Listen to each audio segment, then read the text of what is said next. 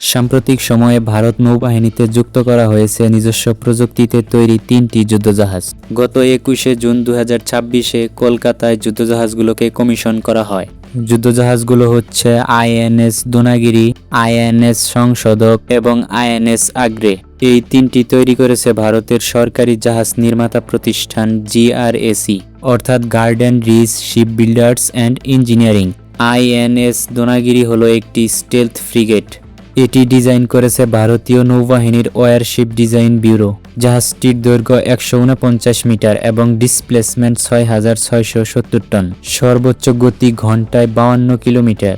অস্ত্র হিসেবে এতে ব্যবহার করা হয়েছে BrahMos supersonic antiship missile, medium রেঞ্জের surface to air missile, 76 millimetre কামান এবং ক্লোজ-ইন ওয়েপন সিস্টেম। এছাড়া আরও যুক্ত করা হয়েছে অ্যান্টি সাবমেরিন রকেট ও টর্পেডো ব্যবস্থা। যুদ্ধজাহাজটিতে রয়েছে অত্যাধুনিক মাল্টিফাংশন রাডার, উন্নত সোনার সিস্টেম এবং আধুনিক ইলেকট্রনিক ওয়ারফেয়ার সিস্টেম, যা সমুদ্র ও পানির নিচের লক্ষ্যবস্তুকে শনাক্ত করতে সক্ষম। দ্বিতীয় যুদ্ধজাহাজটি হল আইএনএস সংশোধক।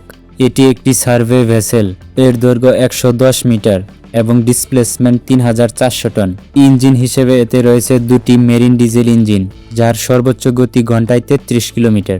এর প্রধান কাজ হল সমুদ্রের গভীরতা নির্ণয়, নৌপথ নির্ধারণ এবং প্রতিরক্ষা ও বেসামরিক কাজে তথ্য সরবরাহ। এছাড়া একটি হেলিপ্যাড রয়েছে যেখানে একটি হেলিকপ্টার বহন করতে সক্ষম। তৃতীয় যুদ্ধজাহাজটি হল আইএনএস আগ্রে। এটি একটি অ্যান্টি সাবমেরিন যুদ্ধজাহাজ। এর দৈর্ঘ্য 77 মিটার এবং ডিসপ্লেসমেন্ট 900 টন। এতে ব্যবহার করা হয়েছে মেরিন ডিজেল ইঞ্জিন। সর্বোচ্চ গতি ঘন্টায় 46 কিলোমিটার।